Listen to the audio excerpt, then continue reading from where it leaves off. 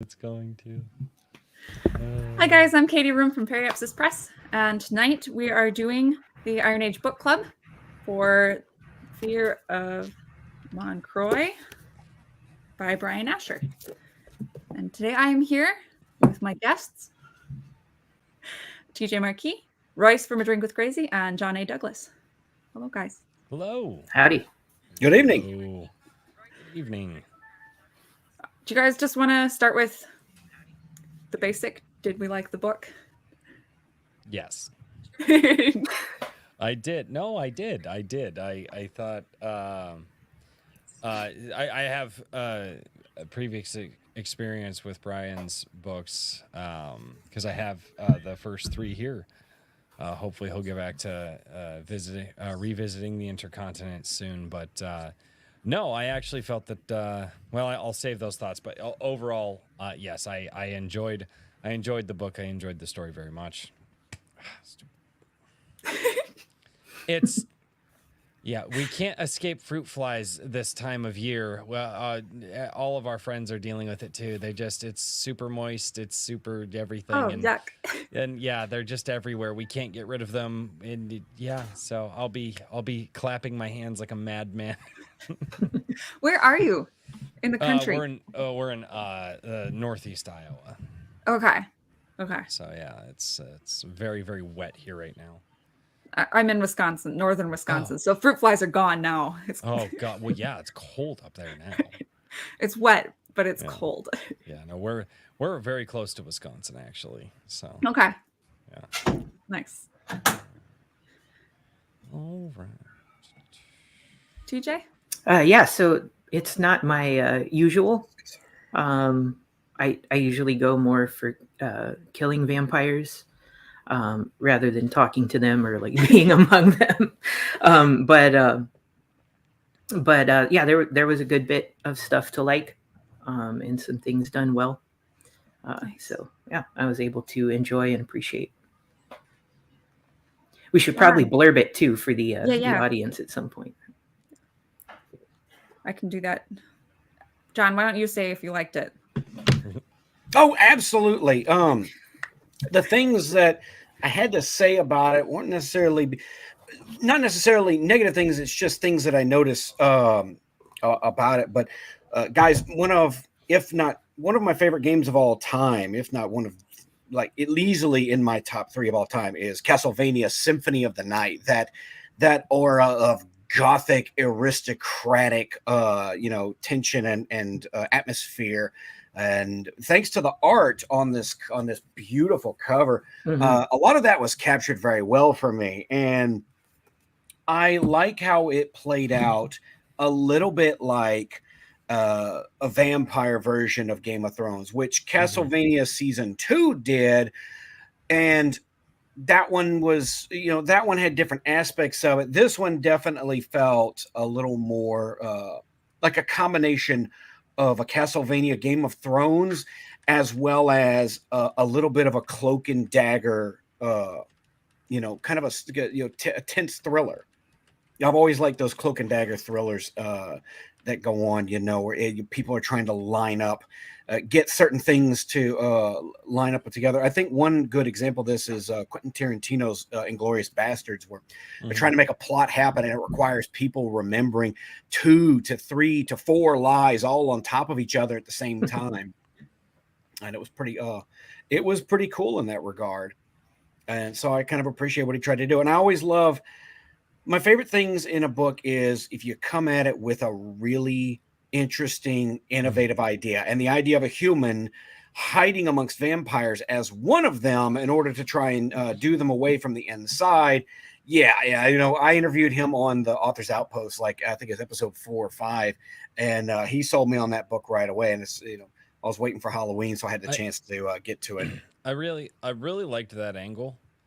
That was a fun angle for me, and I liked and this kind of gets into the characters and stuff like that, but I really liked how the guy struggles trying to maintain what he believes little is left of his humanity, doing that, right? You have to infiltrate the vampires. They can't know who you are. They, it's been however long it has been, and he questions whether or not, and in some instances of the book, even kind of refers to himself as like a part of that accidentally, because he's been in this life for so long, and and as the book goes on, you get this message of hopefulness of like, oh man, maybe he won't have to live that life for the rest of his life, because thinking about it, it's a very dreary thought, but I really liked how he was able to kind of encapsulate those emotions through the book in that regard. I really, really enjoyed that. Nice. Should I read the blurb? Do the blurb. Okay. Because This I'm is ready. straight off I'm the ready back. to go into spoiler I'll territory. give it an epic reading if you Right. want. Ooh, Epic yes. reading. John Douglas, epic reading on. Epic reading. I got to do it for my review soon anyway. I don't know if Brian's going to be in the chat. He's kind of not on social media a lot. No, because he's always at book conventions and stuff like that. The guy is on He's the doing ground. actual stuff. I know. doing He's actual putting stuff. books in hands. Hey, John, where's your book? Where's my book? Shut the fuck up, Royce. Actually, I got the final cover today, and I'm bringing something special to Iron Age Nights next week. Nice. There you Let me hold on.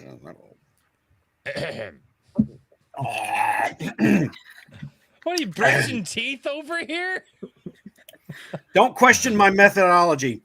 I'll question you as much as I can. It's fun. All the waywards have fallen. After a mission against the Royal Vampiric Court goes horribly long, all the waywards are slaughtered. All except one. Davion, the last surviving member, must consume potions to mask himself and hide amongst the very people who killed his brethren. After a decade of living this double life, Davion has resigned himself to his new purgatory, but all will not remain calm for him or the court. An unknown swordsman arrives, and after killing several royal vampires, rumor spreads that he's searching for anyone still belonging to the Wayward Order. Davion decides he must track down this mysterious swordsman, but finding him may mean his freedom or his own demise. Okay, so I don't like the blurb.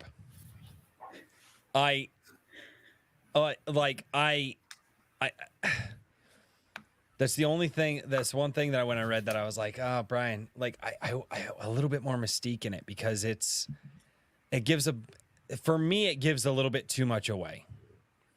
You know, I don't know. How do you guys feel about that? Well, I'll let y'all go first. I think if I actually didn't read the blurb, because when we're already going to read it in anyway, like I just kind of dive into it and see what's what. But if I had read that, I would have expected more adventure, I guess, just a little bit tighter on Davion himself. Are you guys saying Davy? I read him as Davian. In my head, it's Day. But, Oh, it's Dave. Yeah, I read him as Davian. I would have said Dave, as in Really? David. Wow. So Davian. I'm the only retarded. We'll have one to here. ask the author. That's nice. No, it's fine. It's fine. Yeah, we'll You're have not to. alone, I guys. like this. Thank you, John. Some authors include pronunciation guides. This one doesn't. So it's all... Oh, yeah, but it's fun though, because eventually the author's just like, that's not how I said it in my head when I wrote it, but everybody just says it, so I'm just gonna roll with it. There are authors out there who are like, yeah, that's not remotely close to how I said their name, but the fandom loves it, so let's go with it. There's also like Damien, Right. who's a vampire. So, although maybe you guys have never, it's Vampire Diaries. So that's I think my wife watched some of that. No, I think the reason that I read it as Davian is because of the world that it's set in. Yeah, that sounds a little more posh. It does. Well, because especially you think of the house that he was in the book and so on and so forth. And so I couldn't think of these aristocratic vampires pronouncing his name Davian. I couldn't. And so in my mind, these posh SOBs were they would refer to him as Davian. That, you know, Sure.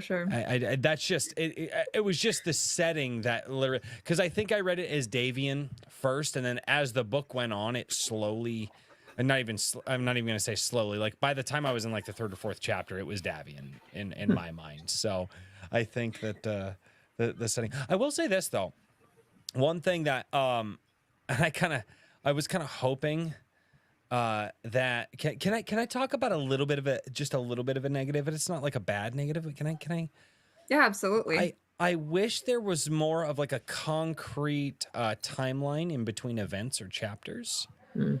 because I kept finding myself going, well, how long has there's a couple of references here and there in certain instances about the timeline, but how long do you think all of these events take place? I mean, because it feels short, but also a lot happens.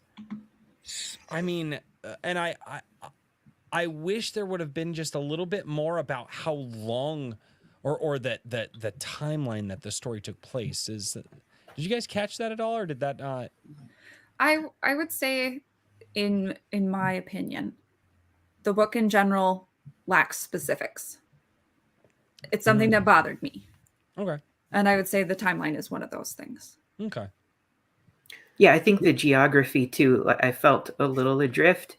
Mhm. Now I don't mind that typically too much, because I like to feel a little lost when I'm in the story.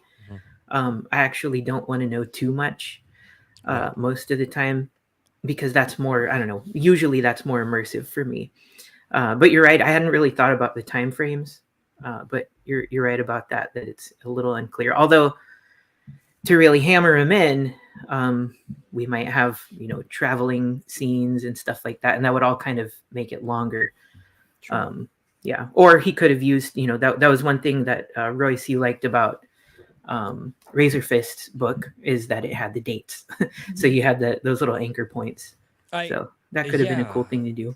Well, and that's kind of what I was looking for. Is I was like, well, wait a minute, why am I a little bit confused about how long? And I was like, oh yeah, because like Razor Fist, we felt it was important at the beginning of every chapter to, put the dates in there as to how long it was taking, which really helped me out with the interpersonal relationships and things like that. Although I don't think that the timeline stuff hurts the couple of interpersonal relationships in this book almost at all. What do you, how about you, John? What, Well, I like I said in the Razor Fist stream, that I tend to gloss over that kind of a detail anyway, so it didn't matter. I mean, that's the one thing that I noticed about this book, that it's so short, because it is. Daniel P. Riley told me this, and I 100% agree with this description. It is a rail shooter of a book. It is laser focused on the narrative and just the narrative, and it does not waste time. It gives you enough of a sense of the world to understand what's going on, but there's no sense in getting lost in an imaginary calendar or the days, because you're just fast forwarding to the next set piece for the next event, the next thing that's going to happen in the story. So, I mean, to me, the timetable really didn't matter. And, I think it's to its credit. I didn't care that I didn't know what day it was or how long it was for someone to travel from one place to another. And that kind of is to its benefit, because let's face it, this book had like zero spatial geography sense to it. You didn't know where anything was. You only had basically 3 locations: castles, towns, taverns, with an occasional secret hiding spot here Secret and there. cave thing. well, Yeah. there was the swamp. There was some The swamp. the woods. There were a few more things than that. But I mean, the swamps and the woods don't have a lot of people in them, and like the couple of instances that the swamp and the woods actually had people in them, that we were there. So Yeah. I kind of picked up on that. I was like, oh, okay, I see what we're going. Yeah. Probably for me, like the timeline and the geography were less of a big deal than some of the vagueness about the way that the magic system worked. I don't know if he's talked more about it in like some of his other books in the That is actually something with that Bryan is doing. So every book actually takes, so it's all wrapped up in the same world and you can travel, but each intercontinent has its own system in which it functions under. Now people that's can the kind of impression I got, but yeah.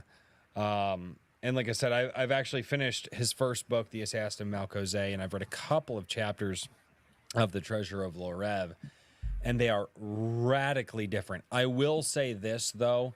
This book felt very, very much so a lot like The Assassin of Moncroix in that it was more of kind of an old world fantasy story versus Treasure of Lorev, which is very, very different.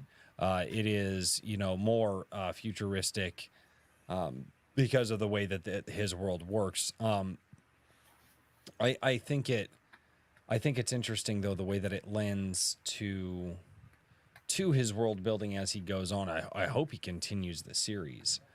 To be perfectly honest, but yeah, it feels a lot similar to his first book, but the magic system's totally different than the first book because it's a different continent. The properties of the continent itself, it feels like the property of the way that things work in each of his books is kind of dictated by the continent and the development of the continent and its people. I am slow to catch on to things because I'm retarded. So like halfway through the book, I just went ahead and DM'd, "Hey man, how do the snares work?" just so I could have kind of a clear, because the quicker I understand something, especially a magic system, how it works, the more I actually enjoy putting it together. Because you know, I gotta lie, I finished this book yesterday. I blew through it, and it was good to blow through. I enjoyed it that way. You know, soaking up the details and everything like that. But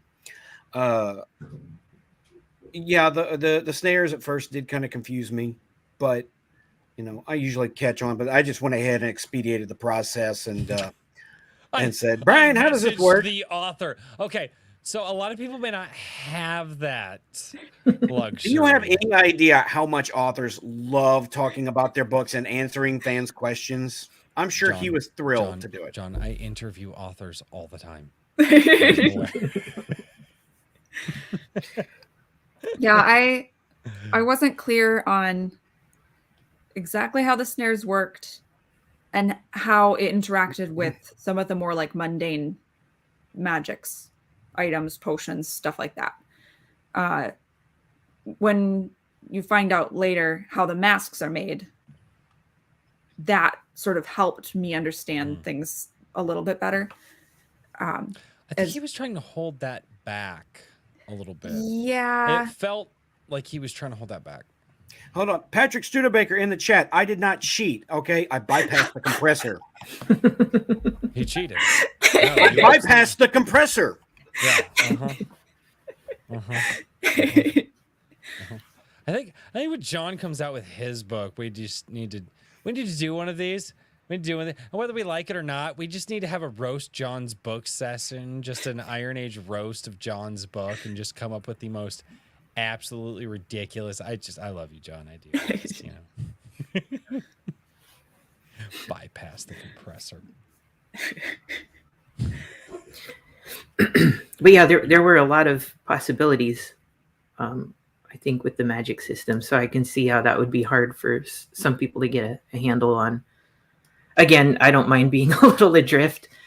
So I noticed, you know, oh, we can do this too. Oh, we can do that. All right. But, you know, I didn't give it too much thought. When it came to the magic system, there were certain things that I was like, okay, I understand that. And there were other things I'm like, no, I don't understand that. Well, it's magic. I don't need to. And I think that's kind of why I like the fantasy style genre, is because I don't need to know how the magic works. Hey, magic works. And I'm like, yeah, it's magic. Of course it does. I think that we are so used to in the modern day stories of knowing exactly how the magic works down to a science.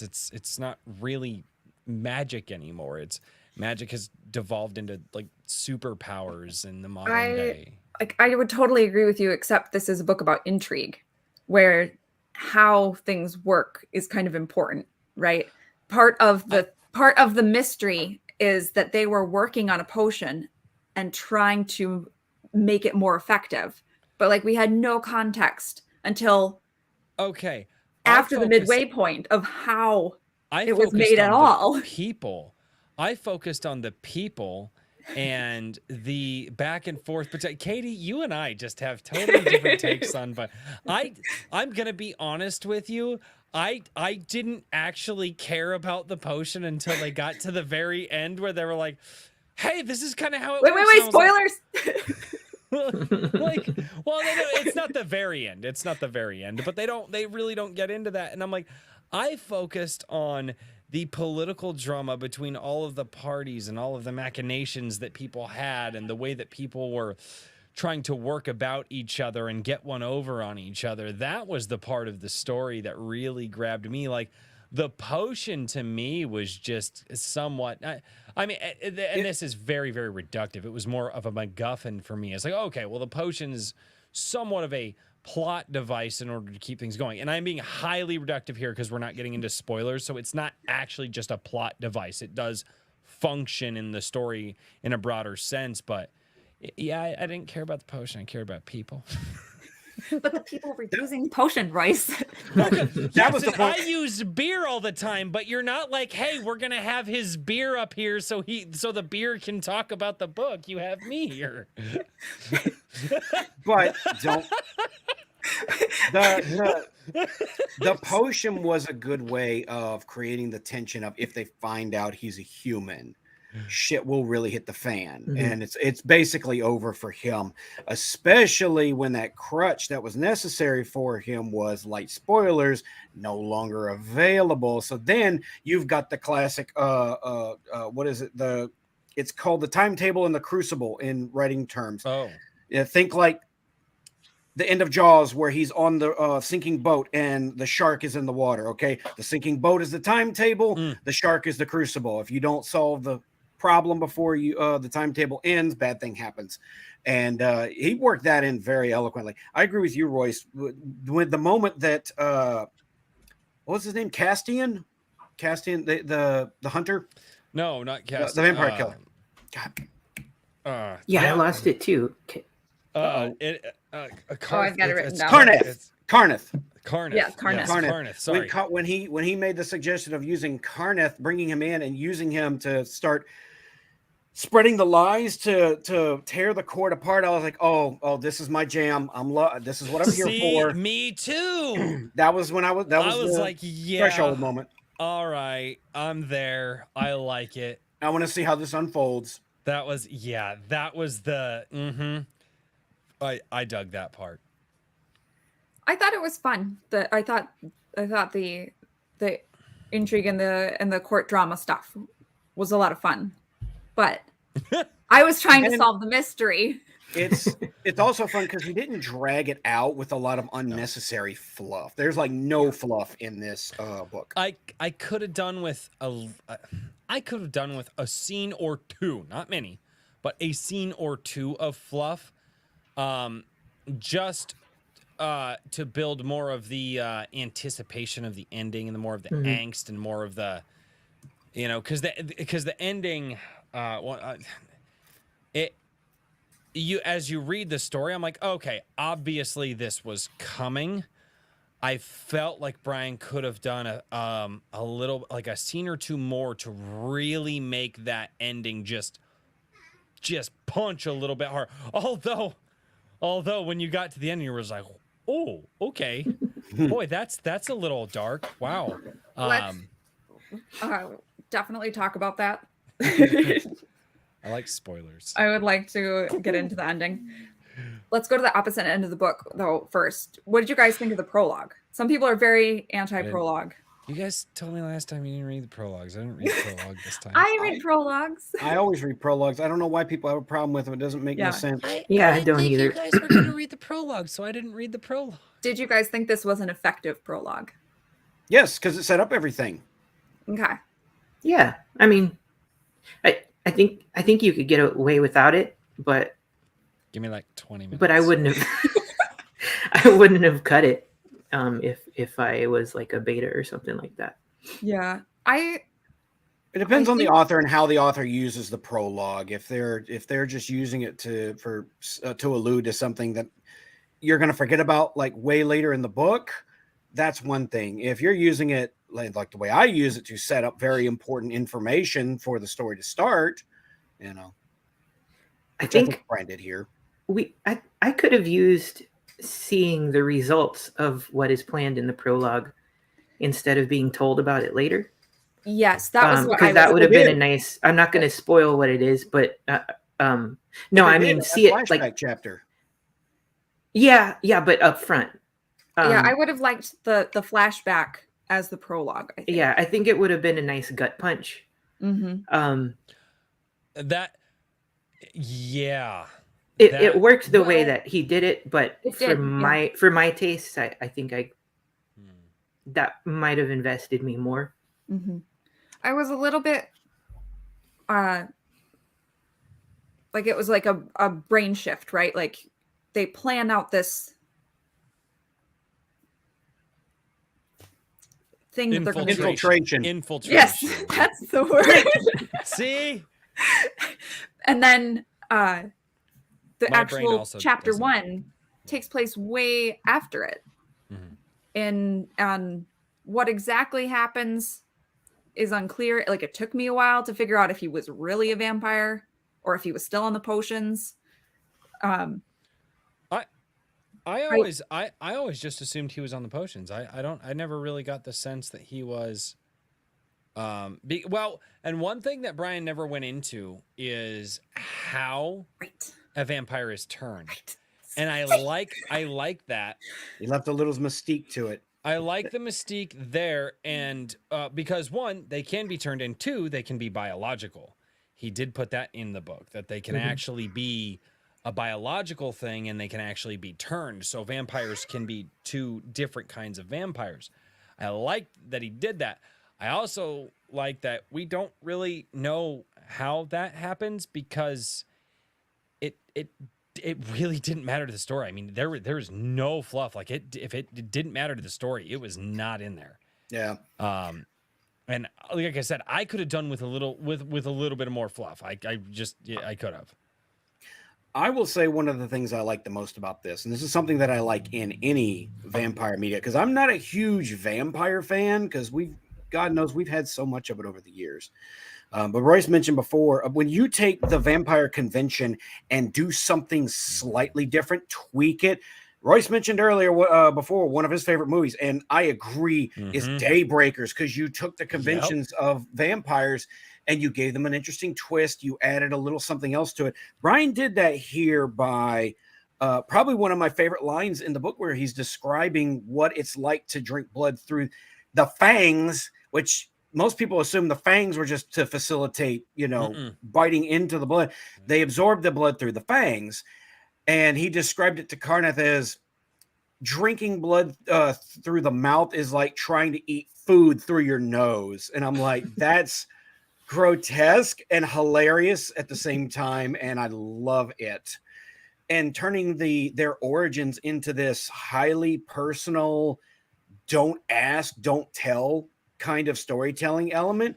It did help. It helped maintain a little bit of mystique. You're just a vampire now. You're in our ranks. Doesn't matter where you were or where you came from before. I liked that because I felt that gave him a creative way to not over explain, because there's like this political this political pleasantry. Well, you don't ask about where people came from before. That's not a good thing. And even when the question was, sorry, we were talking about the prologue, and then I got a No, it's totally fine. There's so much. There's a lot going on in this book, and going chapter by chapter would be really hard for me. I'm not gonna lie. So I'm just gonna attempt to follow your guys' leads. And if I do the Royce thing where I start to tangent, you can absolutely just kick me from the show. I thought there was a lot to like about the vampire lore. a lot of unique things. I thought the detail about vampires usually coming to the court in pairs was an interesting change from normal. Usually you have the idea of someone turning into a vampire and then they kill their loved one, right? But this made it sound like it was pretty normal for people to be turned together or bring other people with them. And it was unusual for a single vampire to show up. I liked that. That was interesting. He did a lot. Although he did keep a lot of the classic lore, you know, the garlic, the silver, the stakes. He did keep a lot of that classic vampire lore, while obviously the sunlight, you know, we all know how vampires work, but he added just those little extra things, those little just extra like Bryan things that he did. And I liked that. I thought that was it's fun to see when people can actually take a classic, you know, a classic character type or trope and kind of play on it in a fun way, not an overindulgent way, but just a fun way. I liked it. Yeah. Also, the playing with the thing that a lot of vampire stories don't always address, when vampires become numerous enough to justify forming a small society, obviously they have to feed the thirst, the hunger, whatever, and they end up putting a system, basically a farm system in there to provide those needs. And like that was an interesting little tilt to it, rather than just kidnapping, randomly going on feeding runs. They have to politically choose and select which towns they're going to go to, which thank you, sweetie. What I see, we got some new bedspreads, don't mind me, and they're purple. Nice. And creating this very delicate balance where the royals have a way to feed from people without them actually finding out that it's one of themselves. I liked the crap, sorry, I was responding to the chat and I totally forgot what I was going to say. It's one of those, it's been one Happens of those to all weeks, of us. guys. Oh man, it's been one Well, of I those was going to say something and then I was like, oh, Royce is going to say something. Now I've forgotten what I was going to say. So no, It's like a- Katie, it's just like cut me a- off. Just mute me. You can mute me. You have that power. Oh crap, I killed the conversation. TJ, what about you, buddy? Yeah, TJ. I was gonna just comment while we were on the world building stuff. You can, or I get the sense anyway, that there's a lot of material written down somewhere. Even though certain things, like we said, were maybe light on answers here, I think there's still a sense that he's got a lot of things worked out in the background, which I didn't realize that the other books are in a not this continent, but kind of the same overall world.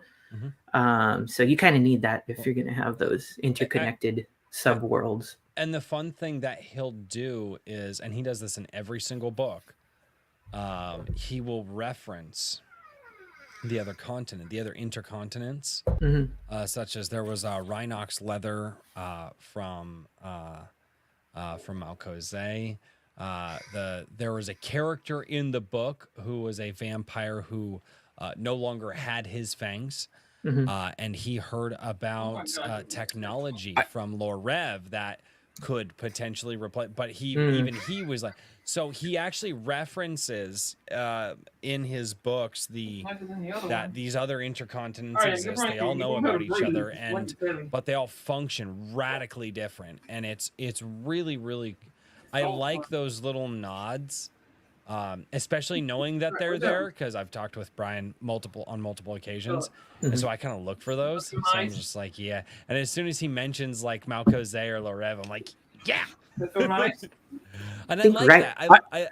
I liked Yaspin too, because he became this kind of a wild card element between what everyone was doing, and the idea of a vampire that lost his fangs and had to be content with just basically oozing blood right at the right spot just to be able to get his To vampire get it fix. in where the things used to be. Yeah, that was... he had to eat in a weird way.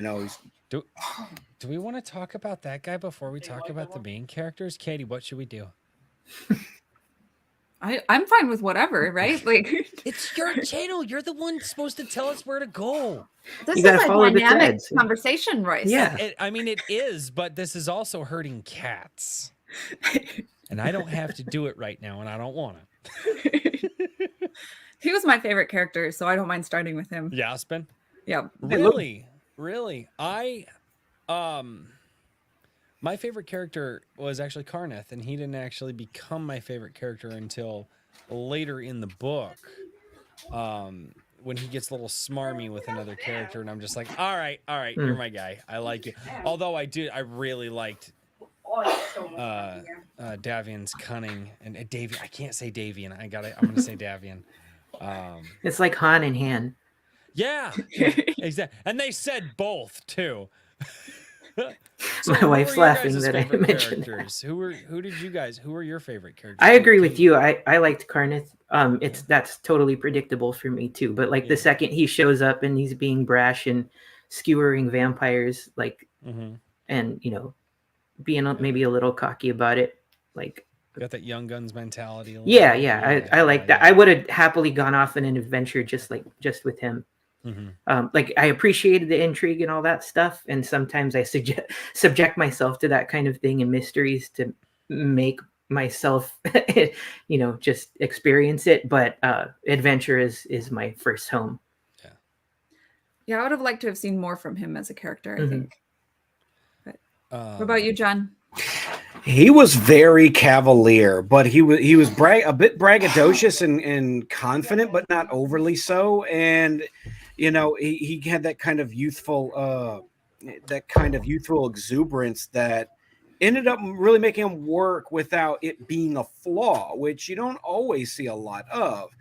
He was a good complement to Davian's experience and cunning, so that they made a really good team and they complement each other without being, antagonistic towards each other.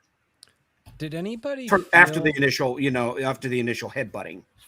Yeah, I felt that there were, and I'm probably, I mean, maybe I'm just reading into this. I felt that like Karneth was playing what could have potentially been the younger version of Davian, and like in that you're seeing this. This older, more grizzled, been around the block a time or two, but because of how they spoke back and forth with each other and how in moments they were jovial at the same times, they were somewhat serious at the same times. I felt like they could have, it really feels like they were trying to, like Bryan was kind of trying to show this, where Karneth could go. Versus where Davian, is, and where, and I don't know. I don't know. Maybe I'm thinking too much into that. It felt like their personalities were very similar, but in the way of again, an older person who's not really a mentor, because Davian wasn't really a mentor. He was that you never, there's no Obi-Wan in this book as far as he was the Han to Karneth's Luke. Yeah. There were, yeah.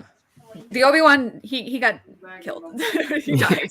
Yeah. And he kind of just used him a little bit. Wait. What? Who's he and who's him? Sorry, Davian, moved him around, moved Karneth around like a pawn. That's how for I the felt purposes too. of the intrigue. I Not felt not necessarily. I mean, he went along with it, so it wasn't like.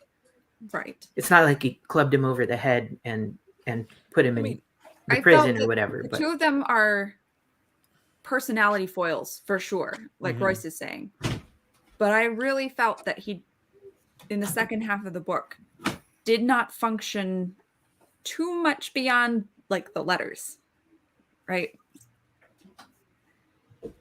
As far as playing into. Yeah, who you're saying, intrigue. Karneth? Mhm. Yeah. Well, I mean, it was it was, you know, Davian's story. It was, I mean, let's be real here. Yes, although Karneth got introduced and is more of a main character. I mean, it is, you know, Davian's story, and I like Davian's character, in a lot of moments. But I would say this: I think if the roles were reversed and we got more Karneth versus less Davian, I think I would probably feel the same way about Karneth. It's like, okay, well, I think that Davian works in a lot of areas. In some areas, he's not as strong in, just depending on, you know, dialogue choices that were made, scenes that were done, so on and so forth. Whereas Karneth was used in a more limited fashion, you know, so it's a lot less time for us to see the character flaws or writing flaws, whatever you want to call it, around Karneth. But I started to feel, I'm like, okay, like I like Karneth a lot. And I'm like, but it's Davian's story. And I started thinking about that. I'm like, well, I really don't dislike Davian. And I'm like, so what's going on here? And I spent more time with Davian, and I got to see more of his dialogue choices and how he was written. But I really do feel that the roles would be, you know, if the roles were reversed, I would feel the same way about Karneth. I don't know if... I think this is personal preference. It would have been a lot tighter if there were fewer POVs. No, Katie, I don't like how you think of books. You've got this thing, and See, I would be like, well, of course it's Davian's story, right? Now you've got me saying Davian. I win. It rolls better. It rolls off the tongue better, I feel. I don't know. I'm also retarded, so... less POVs. There are so many. I did not feel that there was a lot. By chapter 4, there were 5. That's not bad, but it's pretty much stated that the whole time. There was like, you know... I don't want to get into spoilers, because there was one that is a real big thorn in my side. It's kind of spoilery. It is true, though, that generally that a story will feel tighter if there's fewer, and you get more into the head of whoever it is that you're following. Now, it's a thing to do many. So, you know, like in my latest book, I did a whole bunch. So it just you can use it, and I think he pulled it off here. But it is true that it would be tighter. Might be a different kind of story. I would feel closer to the two main characters, I think. You should read the Assassin of Malcozé, his first book. You think there's a lot of POVs in this one? There were a lot of POVs in the Assassin. It is a typical thing to do in thrillers as well. So sometimes you're in a POV right before someone gets whacked, and there can be, you know, a lot. But I like it because I feel like it's, I don't know, maybe this is because I'm a movie and TV guy, and movie and TV will bounce you from POV to POV depending on the scene. That's about what I was about to say, that the way the narrative is structured is kind of TV movie format, where you are bouncing from the most important scenes to the next important scene, whether or not that's a POV character or, you know, a little side, so that you can get this bit of information to the audience. Like if he had just had Karneth and Davian's POVs, you would have lost a lot of context about what was going on, you know, elsewhere. Mm-hmm. That's one thing that's why I like having many different POVs, is because you get like the open world video game problem if you don't have, especially in a book, is like if your main character, the hero of the story, isn't there, nothing is happening in that town. Nothing. And that's why I like the switching of POVs, because like, oh, the main character isn't here, they're in this other place right now, and these characters are having a dialogue, and there are things happening over here with these other characters. I like that because it makes the world actually feel like it's more of a world, instead of you're just following these you know, these two characters, and you're not. I don't know. That's I do like the POV stuff for that but it also comes from a very different background of, you know, television, movies, and video games. You know, it's not necessarily rooted in reading a lot of literature. It definitely bothers me more towards the beginning of a story because I'm being asked to care about people that I just was starting to invest in these other people, right? Is that an introduction problem, or is that a numerical problem with the amount of characters, or is that an introduction problem, would you say? So by the time the witch and the huntress have an epic battle, I knew which one I was rooting for, right? It better not have been the huntress. Were you really rooting for the huntress? Really? What the hell is wrong, Katie? All I did was smile. I did not answer that question. I was rooting for the witch, obviously. She was on our side, right? But earlier in the story, right, when all of the characters are being introduced, I don't know who I'm supposed to be rooting for. And then I also feel that it's frustrating to be introduced to like a library clerk who I'm never going to see again. I would much rather have had that whole scene from Davian's point of view. Speaking of that particular scene, that probably was my favorite moment of the entire book. Really? The huntress fighting the witch's house. That was fucking That was actually awesome. really great. I could hear That was a that in my highlight for sure. soul. That was great. When it came to the action, let's face it, Bryan has such a way with a cinematic fight scene and an action scene. And I will say that scene, compared to some of the other scenes in the book, almost felt like it came from a video game sense. It almost felt like it didn't belong compared to how much more grounded, a lot more of the. I was thinking anime vibes, but yeah. Yeah, a little bit, but it was so awesome. The rule of cool overrides it. Well, very much the Baba Yaga. I will say this. The one thing Bryan does well is scenes. The one thing that I had a very similar issue in his first book, and I actually had it here.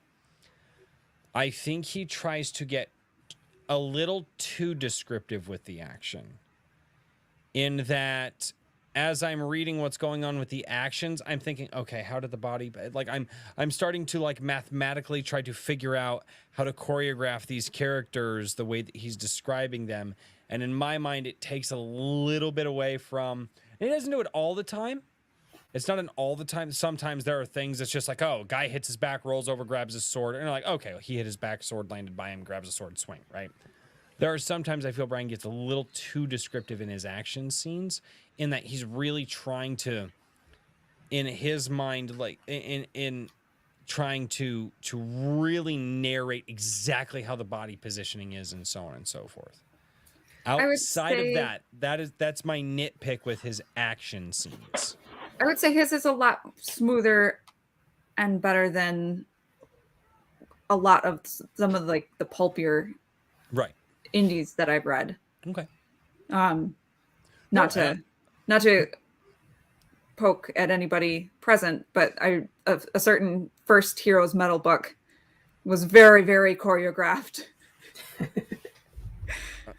A particular one. I'm just gonna no, and like I said, it's not that it's bad. It's that it's, and again, this is me not being God, I haven't actually picked up books and actively read since I was a child, when I was going to be grounded if I didn't. So for me, it does come in a weird place where it kind of stunts the flow, not the story, just the flow a little bit for me. But outside of that for the most part, and actually there were actually a lot of action scenes. He's it's a lot. It's a lot less than in his first book, and so I can actually see his advantage. That's what made me the happiest, though, because I don't think have any of you read The Assassin of Malkozai? No. Okay, so that's what made me the happiest reading this book, is seeing how much he'd advanced as a writer. That completely I'm partial, like, but reading that and going, damn dude, you're getting there, man. You're getting there. Like, having that feeling as I'm reading scenes and reading dialogues and kind of in my mind keeping, because I really liked his first story, and kind of keeping all that in the back of my head and going, oh wow, this is way better than you did that scene in your first book. So like, maybe that makes me a little, less impartial in the book, but it really made me enjoy what he was doing as an author. Sure. To see his growth. I don't know. Well, maybe... and like, I reviewed the first Heroes Medal. Like, I liked it, right? And I just read the third one. I just published my review. Like, and seeing TJ's growth as an author too has been that same way, right? So, I think we talked about that with Razor Fist too. Is seeing the authors grow is one of the things that we enjoy about reading the indies. Yeah. And it really is fun, and I don't know if we like growers, not showers. Oh God. I couldn't help myself. Sorry. I love you. When it comes to the action, I'll say this. And now, typically, they do tell you not. The general wisdom is not to get caught up in a breakdown of a blow-by-blow calling of it, which he did do in the final battle. But given it was the final battle, I don't mind a little indulgence. And like Katie said, I like.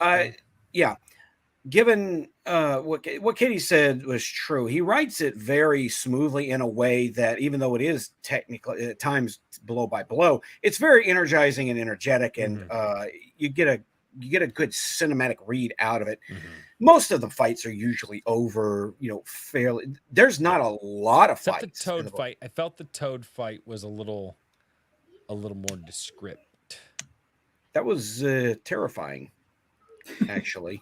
I don't know why. I find the idea of a gigantic toad kind of eerie and unsettling. I guess because typically toads are not. They're small and unseemly. But I just saw Konosuba, so it did not hit me the same way. I don't know what that is. It's an anime. Never mind. Oh, okay. Oh no. Well, now I'm gonna look it up and have nightmares. Seen some anime stuff and turned my stomach a little. Everybody post it and at him when he's least expecting it. Do this thing. So, I did like that. It felt like that whole scene. Which one? Toad scene? Karnith after he escaped. Yes. With that was yeah. There were several things that happened, and that was, and then the conflict of the snares as well. That made you go, wait a minute, what? Like, and there's still a little bit of question: were the snares conflicting? Was it just the magic had run out, or like there was a lot that I like. That was really, really well done. And it bothered me, right? Like, why don't I understand what's going on here? Because it's magic. You're not supposed to understand magic. That's what makes it magic. You have children. How do you not understand magic? I didn't know what was going on with that scene a whole lot, so I kind of gave up and just rolled with it and kept going through until, okay, let's see what happens next then. If it's terribly relevant and important, it'll, obviously get mentioned or re-upped sometime later in the story. So I was just rolling with it.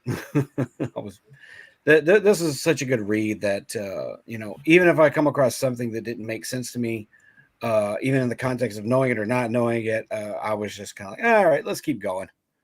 I didn't go back in the book. I have time to go back in the book and, figure out, try and put all the pieces together in order to understand it completely. So I didn't worry about it. Yeah, it was overall. I don't know. Like I said, I like the political machinations that were happening, the plotting, the deceiving, the character interactions. You know, the magic in the battle scenes were just kind of like extra to me. Necessary. Necessary to show struggle, and that these characters are also not impervious to damage and things like that in a book where they're gonna have to fight. That's what I felt, that any of the battle scenes in this book really let you know, because there are scenes where you're just like, oh man, these guys are badasses, just through and through. They're badasses, you know they are. And then all of a sudden in certain scenes they're getting their butts kicked and you're like, oh, so these guys, they can get hurt and they can run out of stamina, and they can just for lack of a better term, they could just run out of juice and wonder, oh crap, how am I going to make it through this? And I think Bryan's timing in those instances is spot on. When Bryan wanted you to know, okay, this guy's a badass, he's badass. Oh, by the way, he can be hurt, he's in trouble here. His timing right there, I thought Bryan's timing on that was freaking spot on. The way that I don't know if you guys feel the same way at all, but I loved his, again, specifically his timing of that, because everybody does it. They're like, they have to pick and choose when to show this character is or is not impervious to the world around him. I felt Bryan was just dead nuts where he placed it in the stories.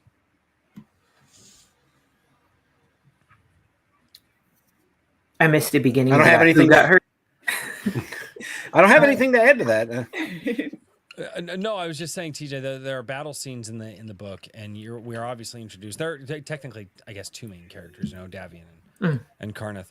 And what I was saying is that, the battle scenes served, the battle scenes, although fun for me, the best part about them wasn't necessarily about how they were written in the action and the movements and all that, but it was really pinpointing a spot in the story to be like, oh, hey, by the way, you've seen this guy. He's been a badass this whole time.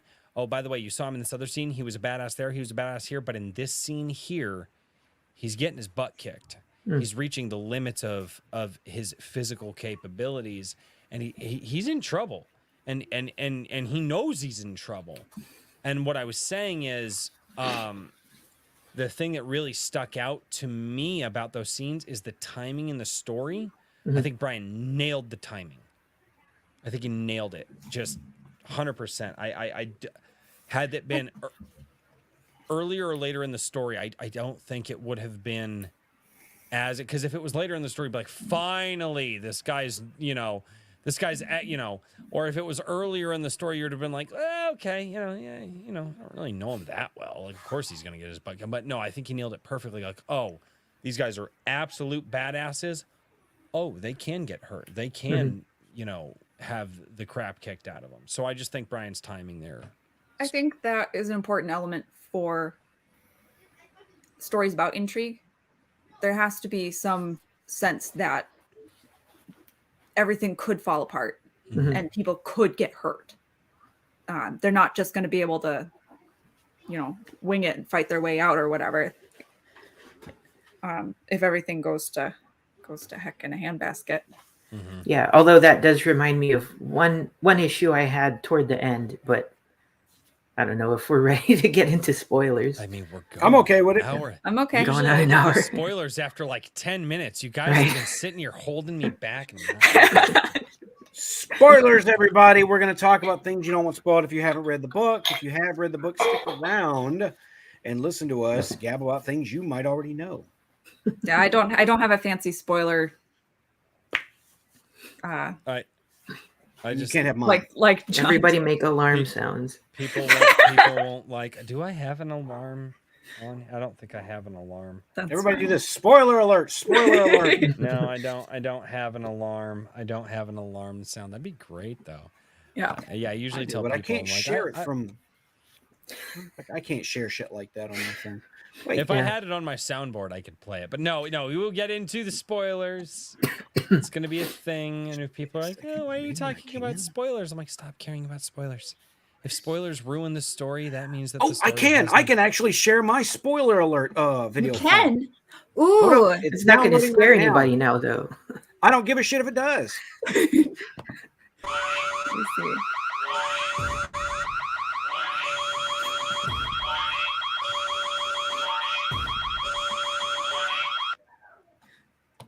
There we go. Very John, what the nice. hell is Thank that? you. That's my spoiler warning. Perfect. I just tell people, if you don't like spoilers, get the hell out. If you're still here, well, Maybe they're listening and they'd missed the verbal cue. Well, I know that Anne, when we did the spoilers for Razorfist's book, she did turn it off and went and came back and listened to it later. So some people really do care.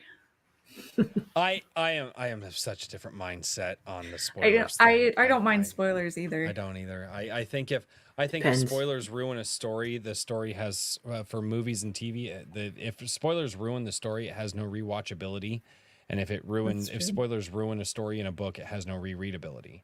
And that is, I think, one of the worst things for any author or writer or director is that if somebody knowing the spoilers for your story makes them not want to watch it or not have those moments as impactful, I think that you didn't do your job right. I know I've really hard line stance on that. Yeah, there's a lot of people that get mad at me. One for star. That. Yeah, no, I feel that way though, man. I just no, it's yeah. All right. So where do we start? One thing I want to outline before my brain goes complete retard and forgets everything. I was reading through all the political intrigue. I got a different ending than I expected, right?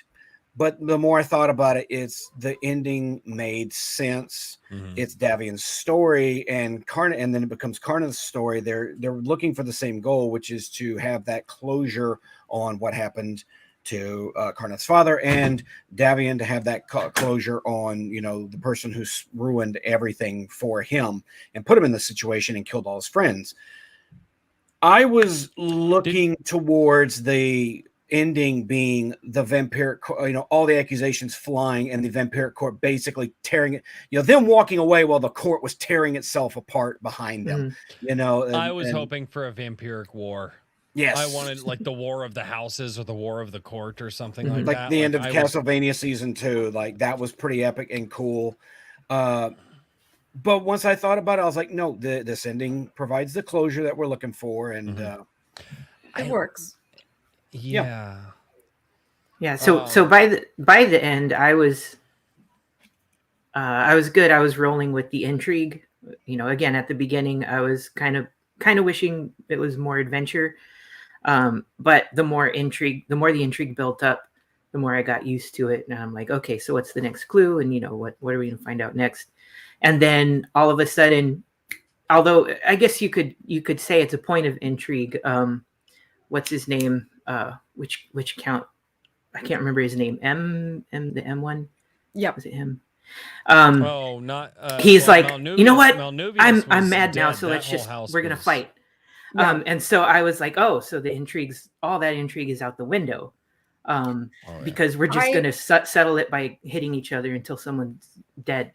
But I agree. He saved my expectations because intrigue pops up again during the fight when the mask is taken off.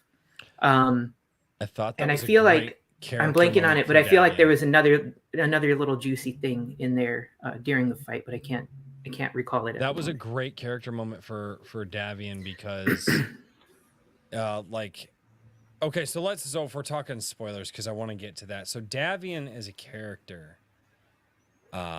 through the whole book, now that we're into spoilers, thank God, because I've been wanting to talk about it. Okay, so this man was essentially a part of, for those who haven't read, this guy was essentially a part of an order full of like Van Helsings, right? Like these guys go out, they're vampire hunters, they're monster hunters. They're gonna wipe out all these vampires. They have this great idea. They're gonna go and they're gonna kill the vampires. So all of them have what are called snares, which is essentially like old world magic that binds you to the old gods, right? That's kind of what the snares are. Is the snares are magic. They enhance you in some way by binding your spirit to some version of the old gods, and then the old gods, depending on which ones, may or may not be whole. We don't know yet, but that's something they get into. But they figure out a way to get a hold of this potion, and these guys, they're gonna go in and they're like, here's what we're gonna do. We're gonna infiltrate the vampire houses, these courts. We're gonna get rid of these bastards. So they drink it, and then all hell breaks loose, and they have this grandiose party that they go to, and that scene is brutal. Fucking brutal, man. Like, I mean, and then halfway through that scene, and that's at a later chapter of the book where you get the description of what happened in this party, but it's alluded to in the very beginning. I mean, what was it, chapter 20? It was like 23 or 24. I can't remember. But oh my God, that scene was ridiculous. And I mean, dude, bodies are flying everywhere. People. I didn't think he was going to show what happened too. Dude, as soon as I flipped that, and it was like 10 years ago, and I was like, oh shit. Like, it's going down. Like, we're going there, and it is this ballroom gala. And man, the way that these guys, and again, and here's the cool part. Because it was all told from the POV of Davian, if he did another book, he could absolutely have left it open for another Wayward to get out there. I don't know if any of you guys caught that. Because they just say that all the Waywards are dead, but they don't show it, right? That all the Waywards kind of die off screen, except for that one dude that got like absolutely eviscerated on the page. Like, but how does that work? What do you Right? mean? Because everybody who left had to give up their snare. What do you mean had to give up their snare? What do you? Whoa. Everybody who said, I don't want to be a part of this infiltration, had to give up their snare. They had to leave the island. They had to leave because the old gods are tied to the intercontinent of Moncroix. But Carneth says something about his father deciding to stay and then still not being able to use his snare. I'm almost positive. No, his father left. He didn't. He died before he left. Or No, his father left, went to go get work in some other place. yes, and then you're right. got He axed did. off. He didn't bring his family over yet. Yeah, That's no, what he it did. was. Yeah, that's what. But it was. no, it was something. I'm gonna find this. No. There was some. No, you're right. There was something with the snare. But I mean, even in the book, they say flat out that they don't know the magic to get rid of the snares. Right. They weren't able to figure that out. Even though the one dude said that he could, right? The only way to escape the bond and the binding of the snares was to leave Moncroix, because it very much seems tied to the geographical location, which I liked that Bryan did that, because the magic system in Malcozé is totally different, and it's not bound that way. So I like that Bryan set that up here, because otherwise I would have been like, Bryan, how you gonna? No, he very clear this, because this isn't a planet, right? The intercontinents are not located on a planet. They're these giant land masses, essentially in like a nebula of space, right? And they have their own gravities and their own gravity wells and things like that. Yeah, that was my impression. Yeah, and they function like, well, I know this because I actually asked Bryan in the interview that I did with him, so not gonna lie, I kind of went into, but no, oh God, Katie's gearing up to fight me. Why you gotta fight me? Okay, this says, Good okay, TV. I'm at page 205. Ladies and gentlemen, please turn your pages to Carnage says, and 200. I like I said, I'm really not clear on how things work. So if I'm reading this wrong, tell me.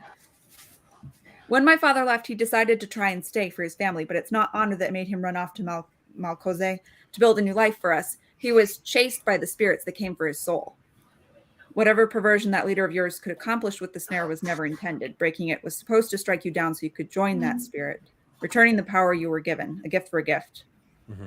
Yet, blah, blah, blah. Yet, due to my father's skill set being mercenary work, he got himself killed before we could join him, right? So He went to the store for cigarettes and didn't come back. like, No, so he was trying to escape the bond of his snare. Because and he was able to get away. He's one of the way that read to me is, okay, this guy was actually smart enough and tactful enough to escape the spirits long enough to get away to go to Moncroix. Tried to do mercenary work in Moncroix, and then basically got his head befriended from its shoulders. So yeah, but why were the spirits chasing him? Right? Like the spirits were chasing him because he went against whatever snare. You're supposed to stay there. You're bonded. These are like old gods. These yeah, aren't. but he said he had decided to stay. The way I understood the snares is basically if you're snared to Moncroix, you can't go to another intercontinent. Right. No, but is that correct? You're not snared to Moncroix. You're snared to spirits and old gods. Okay. That are tapped through, that are kind of in that area again, because think of Moncroix as like it's kind of like its own planet in the nebula, right? But it's not a planet; it's an intercontinent. It's a continent inside. It's like a little bubble universe. Right, and you can't go outside that bubble if you've got the Moncroix snare. No, That's you not can okay. go outside the bubble because the way to escape the power of the snare to the old gods is to go to another intercontinent Where they don't have power.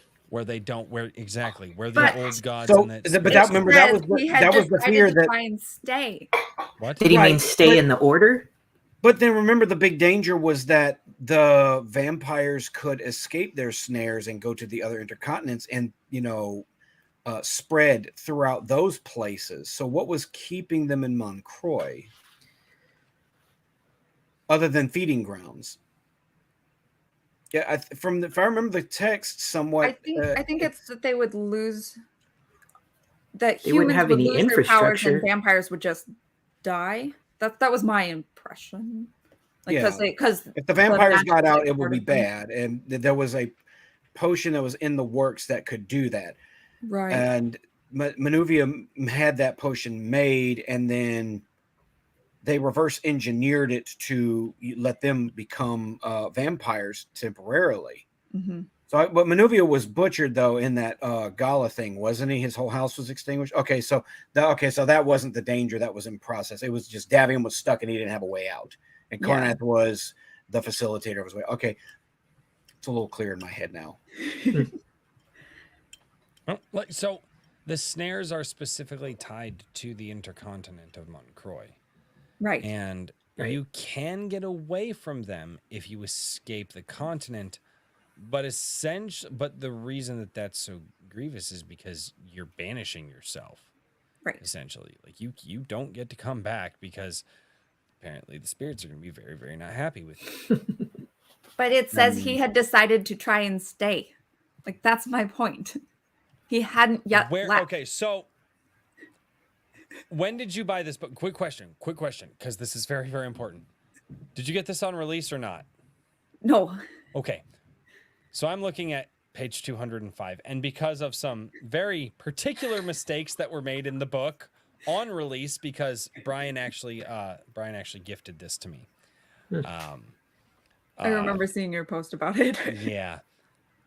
There are extra paragraphs and extra sentences in this, so what you're talking about may not actually be on page 205 for me. We are still talking chapter 23, right? Chapter 23. Yeah. Roughly the middle. No, not quite. A little bit farther than the middle. They're talking about spirits and stuff through this whole chapter. Yeah, no, they are. Yeah, that was the main point. It's the paragraph that starts, Carneth looked him dead in the eyes. I just wasn't very clear on the mechanisms that, right, like if a wayward could escape, are they it's actually somehow on 206 for me.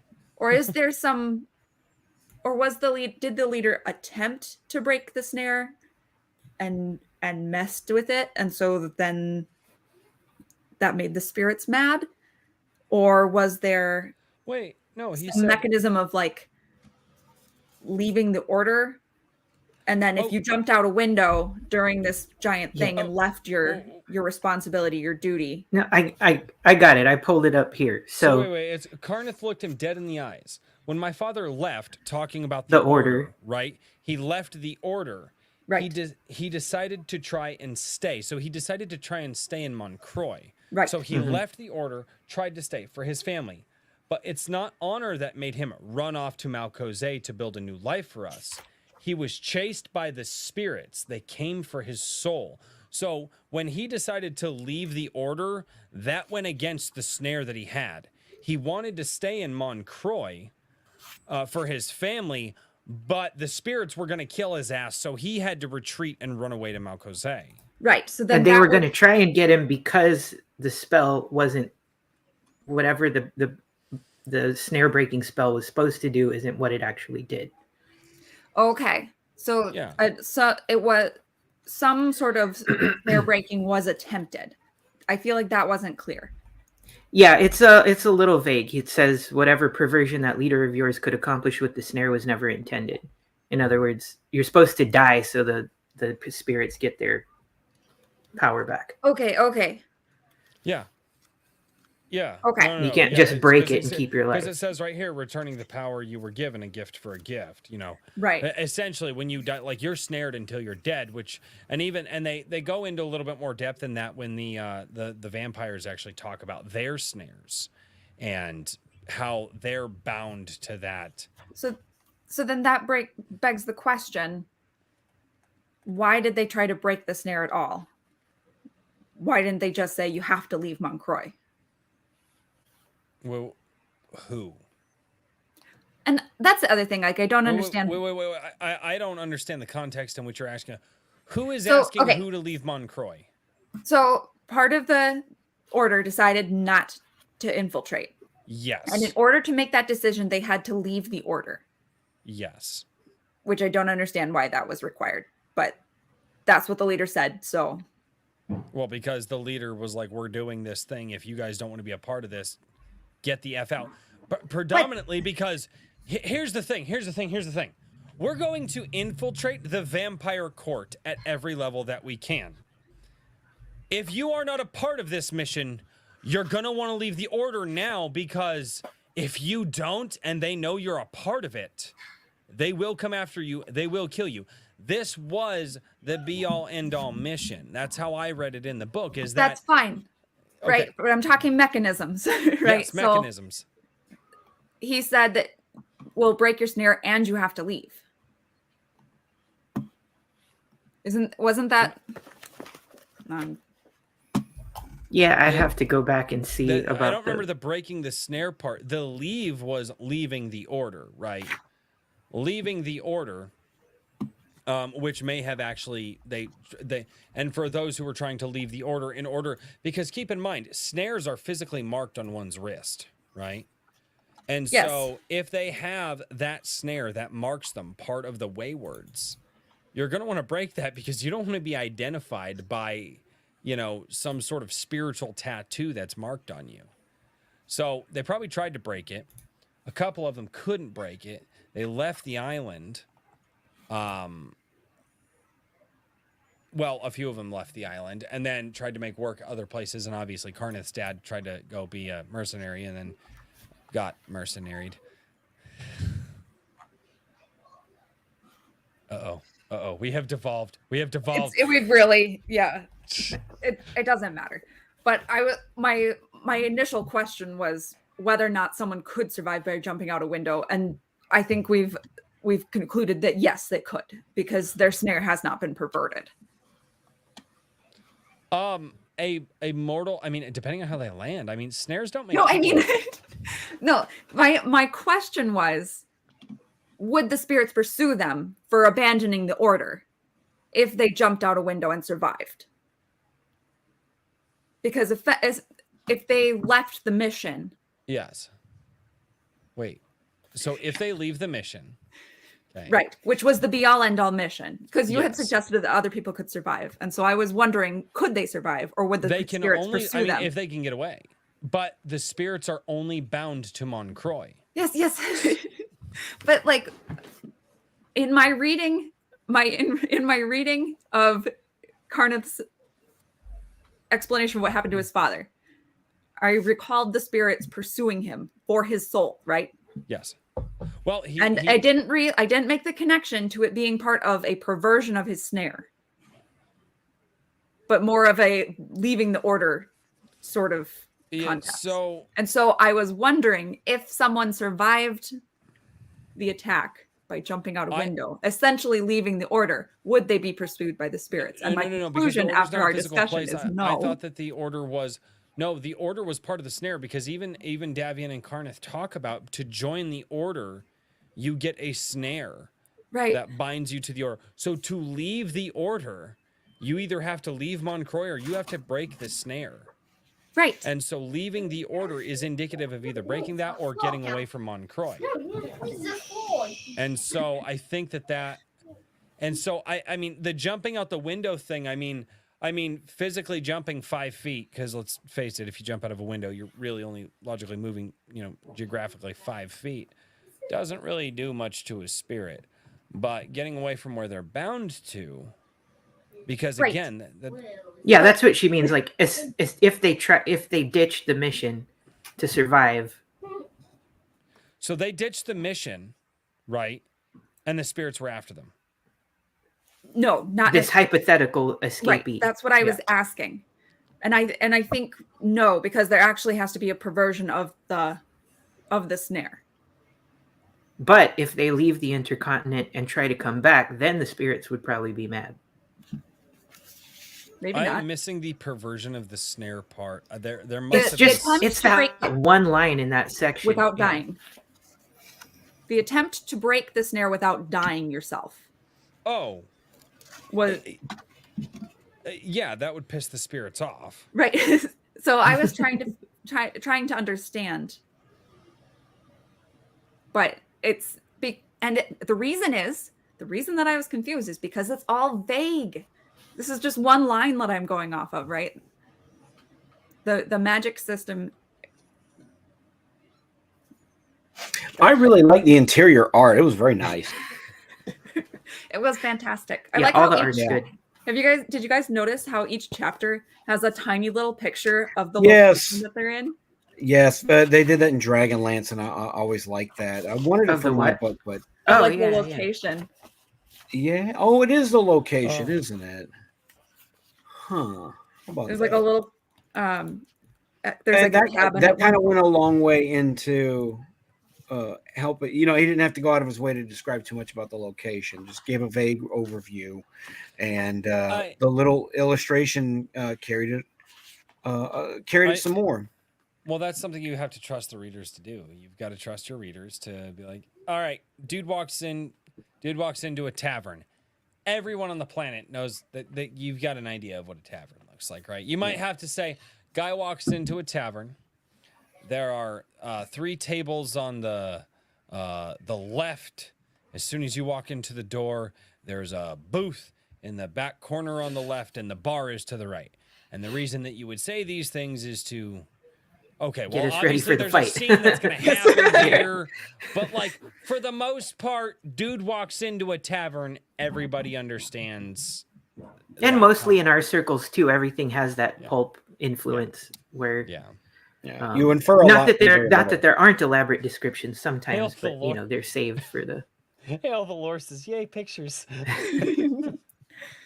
We got lost in the weeds there. I apologize, Katie. I was just trying to understand And I'll have to go back. I'd actually like you to. I might actually just read Yeah, that I'm chapter a bad again. host. I love the weeds. Well, it shows so- how different readers Mhm.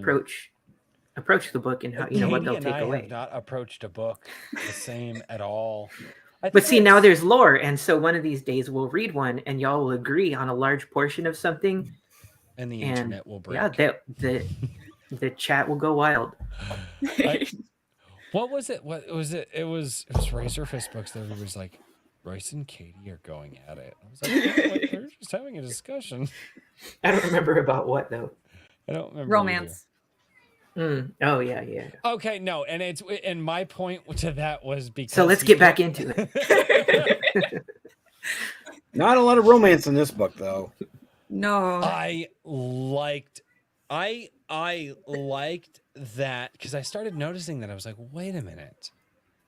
There was romance, but not.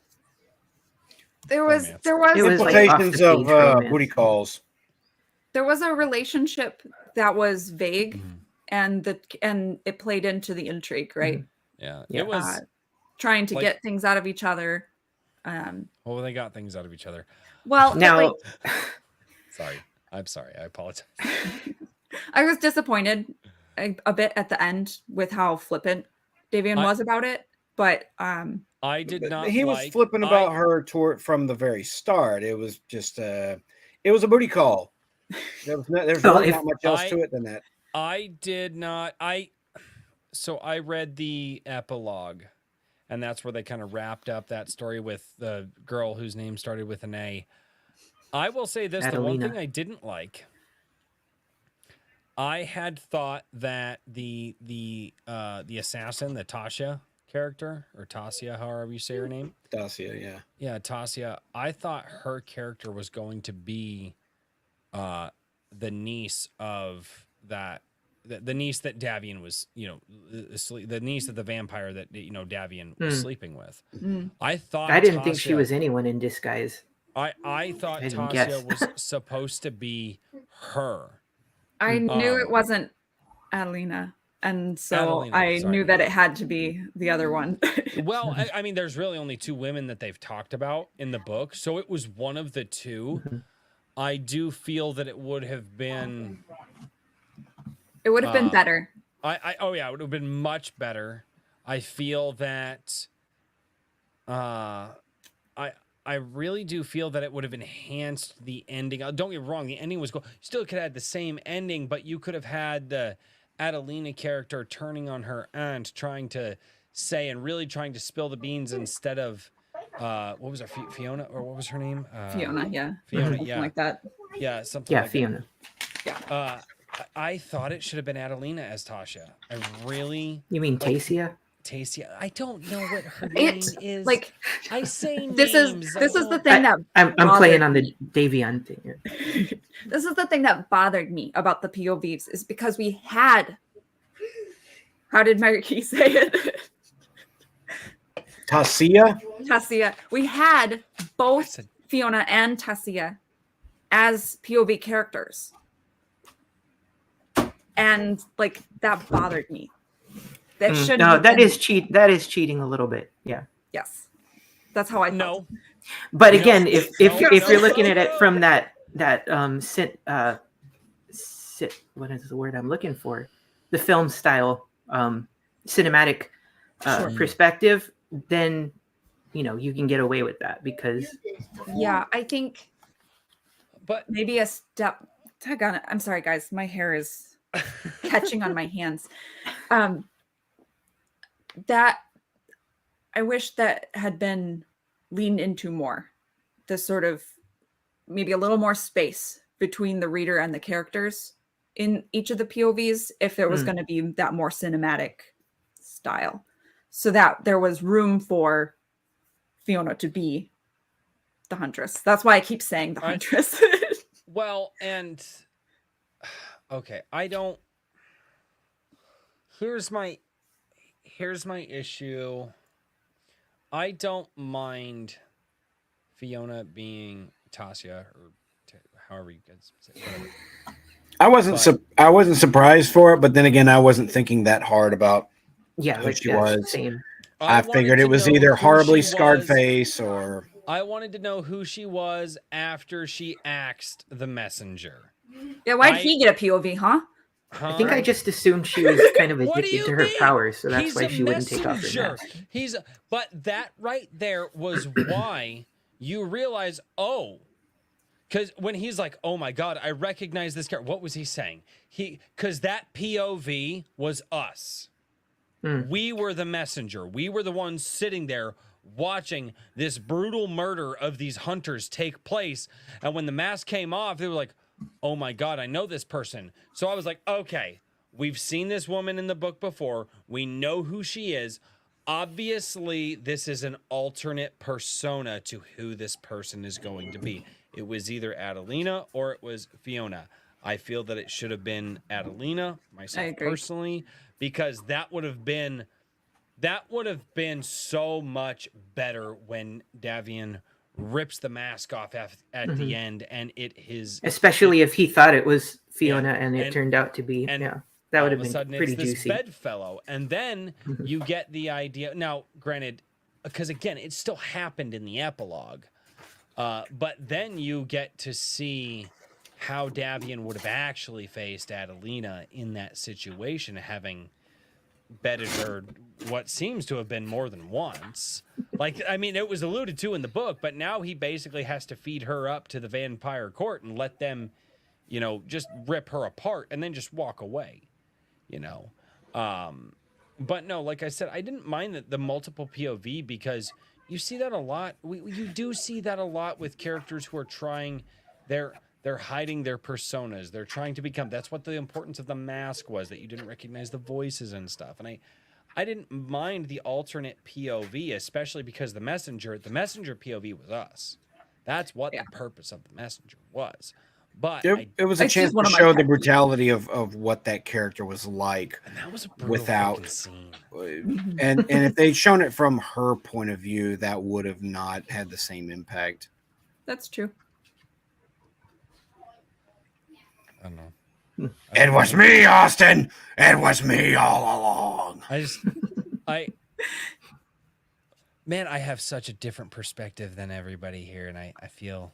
No, it's good. You bring something different. No, that's good. Yeah, we all have our little variations.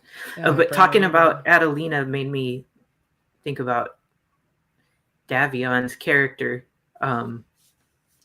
Did anybody else think about the fact that in order to keep his own life, he was willing to live as a vampire for all that time?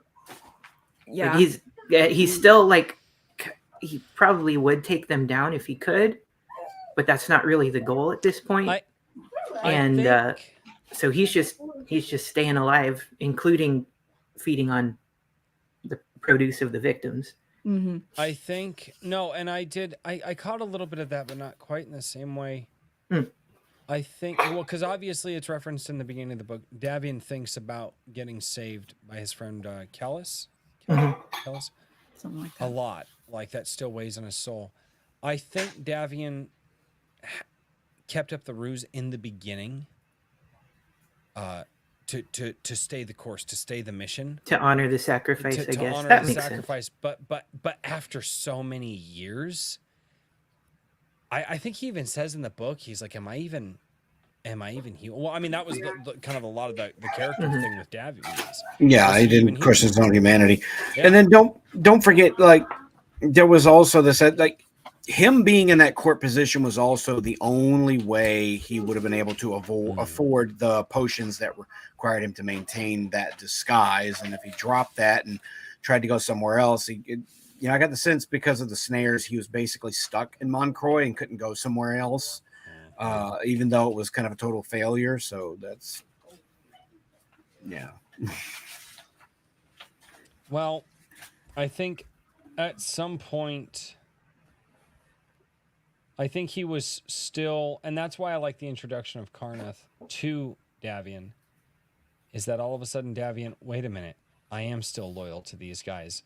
And although whatever plan we may have had a decade ago is dead, here is the son of one of my compatriots, and I can honor his death by helping his son.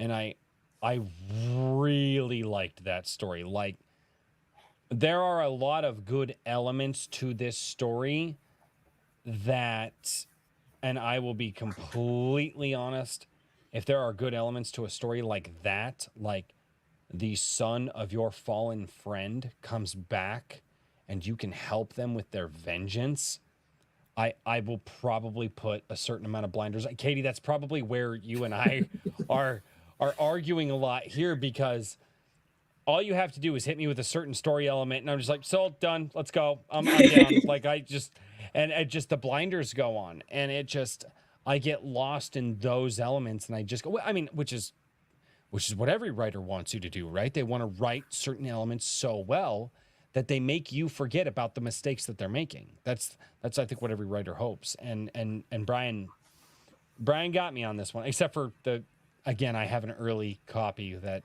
had repeating sentences and repeating. He did tell me when he sent me the book, though. He was like, "Hey, caught this after it was done, making these corrections now." I think that particular element for me, the story in general had very, very little thematic arc, but that reliance of Davion on Karnith to bring him out of his like slump, right? Mhm. Like he was unable to do anything. He couldn't figure out even what happened with the potions, let alone prevent them from making them better. He couldn't leave. He was stuck. He was trapped. And then I see that interaction with Karnith as being a savior archetype, right? I agree. You are, as a person, you're dead in your sins and you rely on Christ, right? That's the echo that I get from there. No, I can absolutely see that. Yeah. Yeah. So I would agree that that's a very, very powerful. Yeah. Davion wanted revenge too. Oh yes. he did, but he had wanted closure. But he had almost, relinquished himself, I think, to hopelessness. I think had another 10 years gone by, it would be interesting to see like the alternate universe and where another 10 years goes by and Davion, so now we're 20 years into him pretending to live this life and he doesn't even realize that he's living this life anymore. Does Karnith give him that spark, or does Davion kill him outright? Because I think the idea that he still wants to be human, he still remembers his friends, he still remembers that sacrifice, but damn it, it just doesn't feel like he's a part of his humanity anymore. But he remembers it. I think it's one of those, like, it's like the perfect moment where Karnith could have come in, because again, another 10 years goes by. Might be too late. Karnith, yeah, right. He could. So I really think it was a man holding on to the last vestiges of his humanity, and the absolute last moment he could have been saved. I don't know. Yeah. I like things like that though. I do. What if you guys had to? Do you guys? I don't know if you guys grade books or not. My grade is very simple, but do you guys give a grade? Do you guys just give a buy or not buy? I usually just do a buy or. Yeah, that's what I do.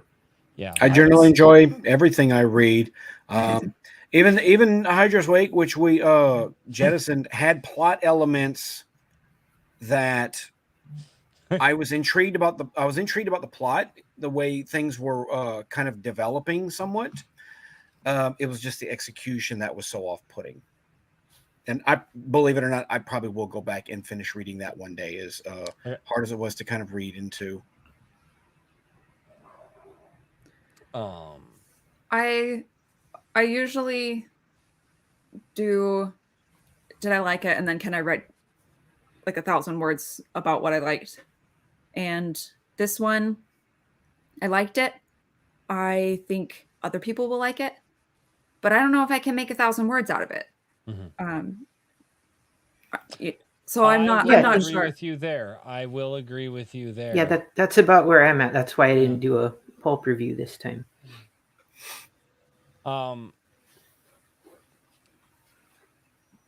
Yeah, I think I don't disagree with you there. I think, like I said, but I attack things from a very, very different perspective.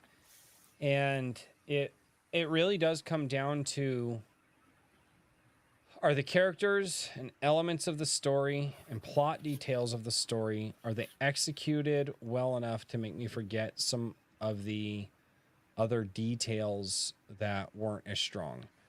I absolutely feel that the positives outweigh the negatives for me, and in some cases are most likely blinding me to some of the negatives.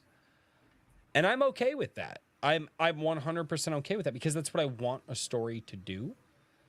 When I finished the epilogue, there's only one thing. There's only one phrase I wanted Bryan to write in this damn book, and he didn't do it. And this is probably the thing that pisses me off the most about the book. In the epilogue, after the story is concluded, you don't write the line that "and the sun shone on Davian's face for the first time in." Seriously? That is like, you could have. It was there. The scene, it was there. I don't. Did he do it? I don't remember him doing it in the epilogue. Like, he could have. There was Nope, nothing. it ends on dialogue. Huh? It ends on dialogue. It ends on dialogue. I wanted the one scene. The one scene, because they talked about he wasn't drinking the potion anymore. And But here's the thing. Don't butt me, John. I ain't in the mood for this shit here. But him missing he was more concerned about escaping the trap of that he had been stuck in. That was more important to him. There was never a line of dialogue in the book that mentioned he missed the sun. He was hoping to see the sun again. That how important it was to him. So that line wouldn't have been bad, but from a narrative standpoint, it would not have made as much sense, given he didn't really talk about missing the sun. Thematically, throughout the book, if you look at this, vampires could not be in the sun, with the exception of the one magical forest. But they didn't really touch on that, though. But yes, they did. They touched on it multiple times. Vampires, it was dark outside, so they could actually sit by the that's windows. Almost a given. But yes, it is a given. And so for this man who has been living as a vampire, who has missed and wondered if his connection to his own humanity was damn near gone, to have a line at the end of the book after he's no longer drinking the potion, he shows that his fangs have receded. That one line that, oh my God, he is getting back in touch with his humanity, to have a line talk about the sun touching his skin, because the whole time there were multiple instances in the book where they talked about the vampires couldn't be in the sun. To have that one line, because the root theme of this was a man's disconnection from his own humanity and how he's going to get it back. I felt that would have been a really, really good analogy for that. I see, and I think it would have been better if we're talking like echoing symbols, right? Rather than darkness versus sun. Food was a big element. That could have been, yeah. I would have liked eating in this book. Yeah, that could have been a thing too. Yeah, I agree. So, food, something food to unperverted. Yeah, but something to signify he is a thing, whether it's the sun touching his skin, eating food. I really like that too, because food was a big thing. But doing something that was human, right? Because they got right up to that line. They talked about the sun coming, they talked about the sun coming up in the freaking epilogue, and I was like, he's got to do it. He's gonna do it. And he didn't do it. And I was so sad. You just wanted the cheesy line at the end. I like my cheesy lines, ma'am. I like a good purple ending too. Yeah. This book really made me want to eat steak and tarts. Oh yes, tarts. The whole book. I was Not like, laced with blood. I need a sweet, like a little pie. This is the only book that's ever made me want to put steak in my mouth and suck on the juices instead of chew it. Like, You've never done that? Bitch, shut up. I don't think he meant it that way, John. I think he meant it. I don't know. I ain't gonna lie. I'm fading. I'm a little tired. I've been up since 4:30 this morning, but yeah, I ain't got nothing else to add. Yeah, you gotta get one of those $50, $70 steaks from like a legit steakhouse and just suck all the juices out. No, I'm buying Trump steaks. Or you build yourself a smoker, which I'm actually going to build. I already got one. I'm going to build another one. Might sell the next one. I don't need another hobby. People. I'm gonna go read more books. I'm gonna review this for tomorrow or whatever. I'm still working on a bunch of book stuff, but my next review after this is I'm gonna be rounding up a bunch of small novellas and short stories that I've been collecting in my book pile for months now, including I can't remember his name. Shit. I feel dumb. And my brain's not working no more, guys. Sorry. I do this literally all the time. We welcome to the program, man. That's where's the thing in the chat? The votes in the chat. Oh yeah, what is the chat vote for? Katie. What is the chat vote? I never saw it. Okay. There are 16 votes. Let me see. I will refrain from voting. I've got 16 votes. Okay. 50% Paladin Unbound. Ooh. 31% Curse of the Star Wraiths, 19% Nightland Racers, and Nobody Wants Scars. So, wow, jeez. Paladin Unbound takes it by a pretty good margin. So, okay. So, and I'll say, guys, behind the scenes, so we can avoid another situation that we had happen with Hydra's Wake. At least one of us has either had to read the book or at least read enough into it to determine, that it's of quality for that's for the book. That good. And like I said last time, and over some of my streams, and Katie, I'll take that. Hydra's Wake was a cover buy for me, and I got into it just enough. About 60 pages in, I said, okay, the technical execution in this book needs a lot of work, and it was starting to get very painful to read. TJ didn't get very far into it, and he was like, uh-oh, I know and look, guys, I've got a very low bar when it comes to enjoying a book. I don't mind some crappy little my bar is way too high at this point. It's actually kind of annoying. I'm reading my next Halloween read is a book, The Tome of Apula, about a vampire ape. Yeah, that sounds Arnold cool. sent me this. It's a lot of fun, and there's so much heart in this. And even though the paragraph structuring is kind of wonky to me, it's still like the heart's carrying a lot of this. And you can tell he really loves writing it. So I'm doing that. But yeah, I take the blame for the Hydra's Wake thing. I did not read into that book beforehand, so we won't have this happen again. But Paladin, you've read. Paladin is one of the first books I reviewed on my channel, and this was a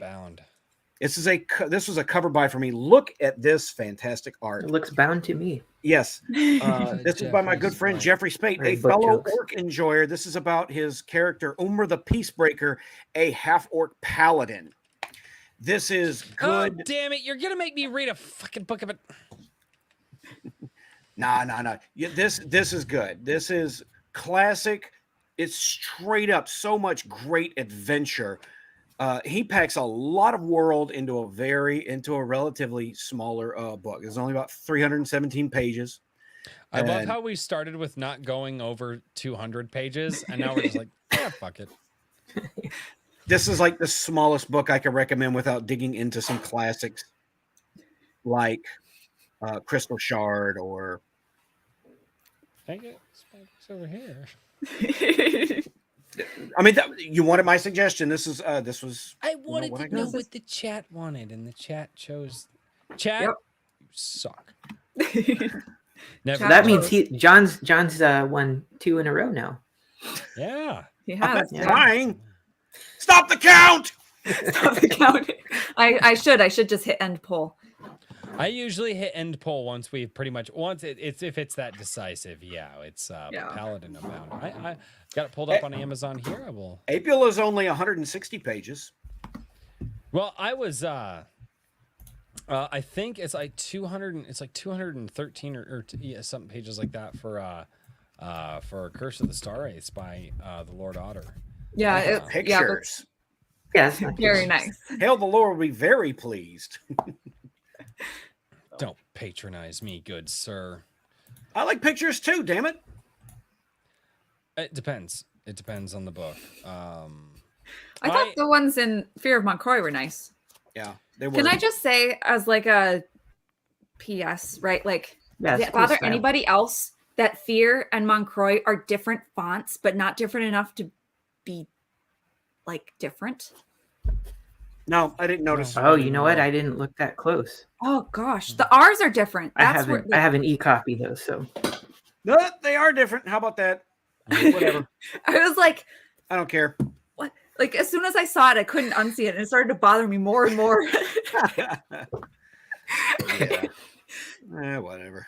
It's an aesthetics thing. I'll make my Doesn't title. matter. Each letter is going to be a Detail-oriented. different font. Funny just thing to is mess with actually, Katie. if you look at it, every word has a different font, slightly. I think the and of might be the same, but Maybe that they might be. You might be. Yeah. No, I don't know. you know what? The stupid thing is, Oh, right? he's Like, doing a bat wing with the R. In Fear, he's doing a bat wing. It looks like a sword to me. Sword, bat wing, same thing. it's Cut got and a little swirl there That too, sword. though. It's It's and it doesn't matter, right? Like indie books, this is a fine cover. I've read books with way worse covers and not ever looked twice on them. It's just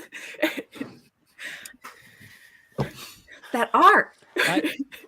Actually, I really love the cover. That's a very what's nice so cover. fun. Here's yeah, thing. the art's great. Here's what's fun about the indie books is that you can appreciate what the writer is trying to do. Like, all right, they're new at this because they're not 10 years deep. They're not 10 years deep and really deep into their mythology and all of this built up expectation. It literally is at this point, like, how have they improved from their last book? How have they, where have they gone? What have they? And what was so funny is I actually saw it's really funny because right about chapter 17 to 19 in The Assassin of Malcozet, you can actually see Bryan's advancement as a writer. He leveled up like right there. Dude, well, I was talking with him about it. He ended up rewriting the last like third of the book like multiple times. Sure. Because he just couldn't quite get it right. And so you can see as he was going, there was just a very noticeable difference between the writing quality. And I love what Bryan's doing. I love what Bryan's doing. I want to see more from the Intercontinent world. And he even says at the very end of the book, we're going to see these characters again in the future. I look forward to it. Yeah. Man, I'm stupid stoked, man. I am so excited. I'm trying to. I actually have some of the Assassin of Malcozet over there, and it's out of the it's way over. Out of the frame. Yeah, he actually sent me some custom prints just to put up on the walls, so I've got those too. Cool. But yeah, if you guys, I would say this: if you guys haven't checked out his other books, you can get the dog defiled version of this on Amazon. That the dog got. It was and then also the Treasure of Lorev, which this is more of a kind of a I don't know, cyberpunk, I think is how he describes Treasure of Lorev. It looks And cyberpunk. That one's very different. You guys want to see something different than either of these two? Radically different than it's pretty interesting. I'm a few chapters in, so. Nice. All right. Should we go around, tell people where they can find you? I mean, I'm late. Yeah. That sounds a Where little they can weird. I find don't know if I want people to find me. Oh, you mean on the internet? Everybody dox yourself. Well, I I wanna think see John's him got to go try. first. I think John's Yeah, go, John, go. Hello, Hello, I'm author John A. Douglas. I'm the author of the soon-to-be-released Black Crown, coming very shortly. Keep your eyes peeled. You can find me on YouTube. You can find me on Rumble, Odyssey, pretty much any social media site I am on. I'll soon have a Facebook page up for my an author Facebook page very shortly. You can find me mostly on Twitter as @BLK Crown Author. You can also find me on Minds. You can find me on vaguely on Truth. You can find me on. No, that's it. Oh, I'm on Instagram, but it's mostly a meme repository at this point. I haven't figured out how to use Instagram to build a fan base over there. Although I did find something very interesting recently that I discovered the Instagram TikToks of the romance authors and romance book reviewers. And my goodness, I learned the ladies really like their smut. So this is still going on. This is still going on Twitter. My post about this. Don't ever let a female reviewer tell you that your female characters are sexually objectified or anything like that, because my goodness, they enjoy their sexual objectification. Don't let them put a throttle on yours.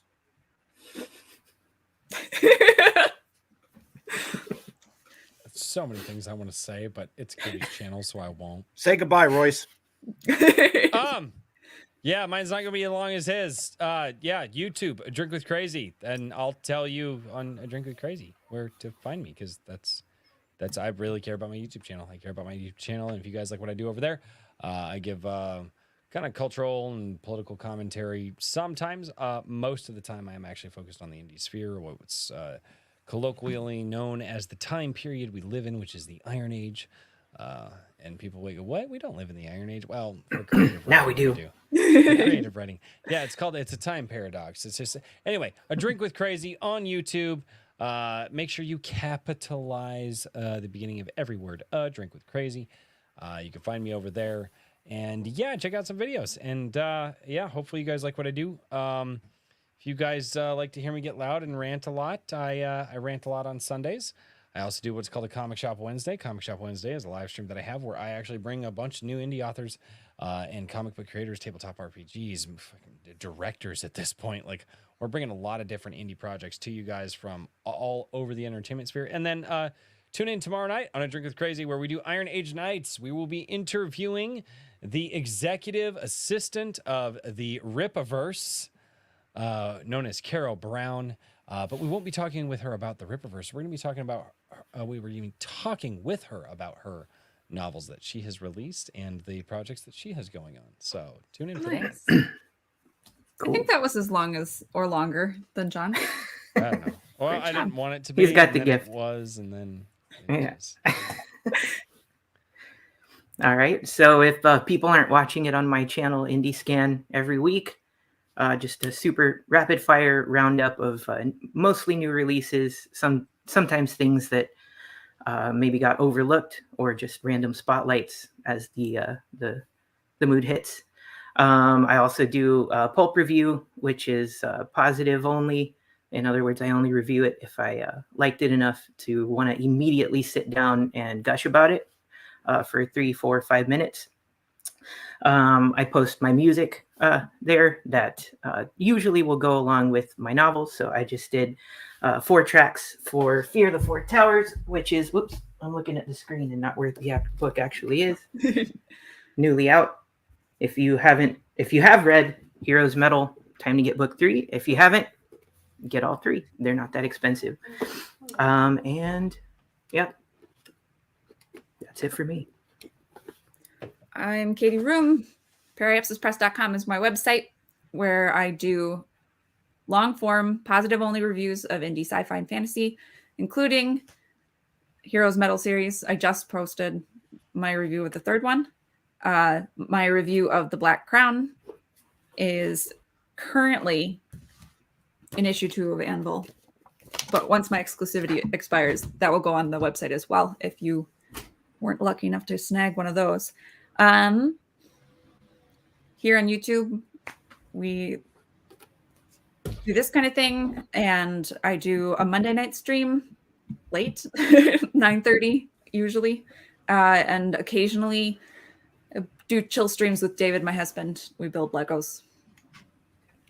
It's awesome. Yeah, and I'm on Twitter. Yep. Hey. All right. Thank you guys so much for coming. And Next month's book. Yep, we will be reading Paladin Unbound next. We will let you know when the live discussion is because we have to work out with work and probably holidays we'll have to navigate. Work, holidays. There's a lot of stuff going Yeah. on. Let's not do it on Thanksgiving because we'll all be sleepy in turkey. Too town. busy. Well, and we're doing a Yeah. big Black Friday thing. It's gonna be Black Friday Madness too. We're gonna be inviting on a whole bunch of past guests and Nice. Okay. Oh, since you mentioned that, though, everyone should be on the lookout for the based. I don't know how they're going to title it, but Oh, sure. there's always the big sale. That's right. big- the big Black book Friday sale. book sale. Yeah. Yeah, so it'll probably be based Black Friday book sale. That's probably what Something it'll like call that. it.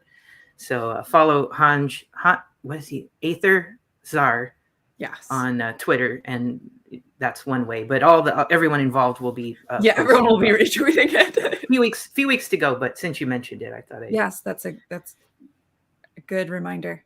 Okay. All right. I don't have a closing video or anything, so this is just going to end, guys. I'm sorry. You guys have a Just good play the night. alarm music. again. You could just ask for music. You're going to Oh, put there on you go. music. I could do the music. I don't know what kind of music do you want. think, What kind of music? Like, yeah, let's just do. I some, I'm got just going to end the stream, guys.